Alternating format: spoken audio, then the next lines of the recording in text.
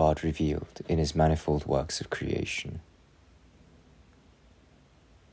Because God desires that the chief end of the blessed life should be to know his name, he reveals himself clearly to everyone, so that he should not seem to want to deny some men entry into happiness.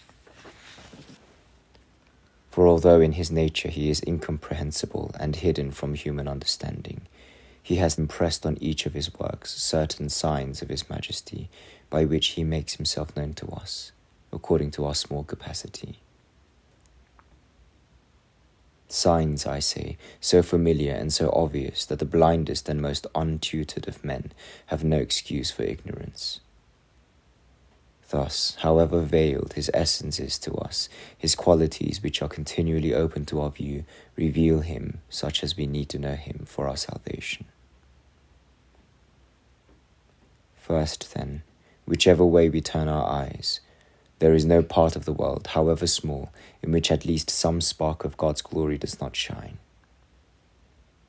In particular, we cannot gaze upon this beautiful masterpiece of the world in all its length and breadth, without being completely dazzled, as it were, by an endless flood of light. Accordingly, in Hebrews, the apostle aptly calls the world the mirror of things invisible, because the structure of the world serves as a mirror in which we behold God, who otherwise cannot be seen. This, too, is why the prophet ascribes to the heavenly bodies a language familiar to every nation, since their witness to divinity is so clear that it is not unknown even to the most simple and barbarous of men. Paul puts it still more plainly when he writes that what needed to be known about God was made manifest, since the invisible things concerning him, his eternal power and deity, are clear to us when we consider the world which he has made. There are countless proofs, both in heaven and on earth, which testify to his marvelous wisdom. Nor are these only proofs which are hard to comprehend and intelligible only through the study of astronomy, medicine, and natural science. They are visible even to the dullest and most ignorant, so that the eye, once opened, is constrained to witness these things. It is of course true that people who are schooled in the liberal arts, or who have had some taste of them, are especially helped to plumb the secrets of divine wisdom. Yet ignorance of these things does not stop anyone observing much skillful design in God's works, and being led, as a result, to marvel at the skill of the worker.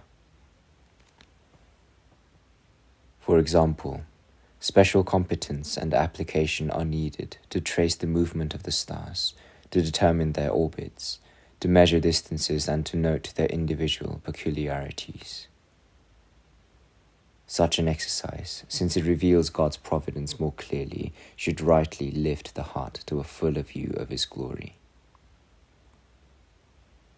Nevertheless, because those who have only their eyes to help them cannot fail to see God's surpassing wisdom, which is easily observed in the endless but well-ordered profusion of the stars, it follows that there is no one to whom God does not most adequately reveal his wisdom. Again, to discover in the structure of the human body such an assembly of balanced, beautiful, and useful elements as Galen shows to exist requires much intelligence. And yet no one can fail to see that the human body is so cleverly crafted that its maker is rightly judged to be a wonder worker.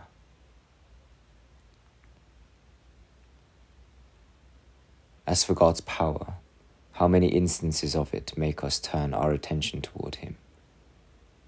This would never be the case if we had no notion of the power by which his word alone sustains the infinite expanse of heaven and earth, and by which he sometimes commands thunder to shake the sky, fiery bolts to scorch whatever he pleases, lightning to set the air ablaze, a variety of storms to bring terror to the earth, or else, when he pleases, to return it instantly to peace and tranquility. By that same power he at one time keeps the sea suspended in the air, so that however much its height threatens the earth with destruction, it can cause no harm. At another, He convulses it fearfully with his mighty winds, or else, straightway calming its waves, he puts it to rest. God's very power should lead us to infer his eternity, since the one in whom all things have their origin must of necessity be eternal, and have his beginning in himself. If, besides, we ask the cause which led him to create all things at one stroke, and to preserve them once they were created, we will find no other cause than his goodness, which, if it were his only attribute, should be more than enough to draw us to his love. For as the prophet teaches, there is no creature on whom he has not poured out his mercy.